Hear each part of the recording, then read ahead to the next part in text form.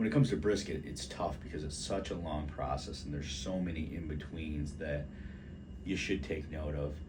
The hard part about brisket is like anything in life now, and in the class I use it as weight loss is my comparison of like, yeah, but there's 100 influencers out there that will all tell you different ways to lose 1 pound of body weight, whether that's strength training, whether that's cardio, whether that's keto, whether that's, you know, intermittent fasting. They're all trying to plug a narrative, and it's the same way in barbecue.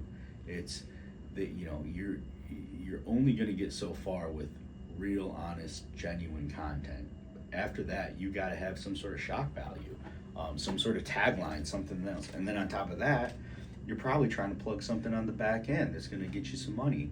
So I try to say, hey, you know, I know there's a lot of glitz and glam about what to do, you know, what to splash on your brisket and stuff like that, but we really need to talk about core basics here, so that you can be successful. If you want to go down the road and, you know, splash on your special concoction, and that's going to make your brisket so much better, so be it. But we're still at stage 1, and that's kind of my weight loss comparison. Is like, hey, we're acknowledging we have a problem, right? We need to lose some pounds. Maybe the easiest thing to do would just cut a few calories out of the diet, you know, something like that, where, you know, it doesn't have to be this massive diet. You don't have to go shopping for all these crazy things. You don't need to buy a treadmill. You don't need to go, you know, start powerlifting. You could just maybe cut out a few things.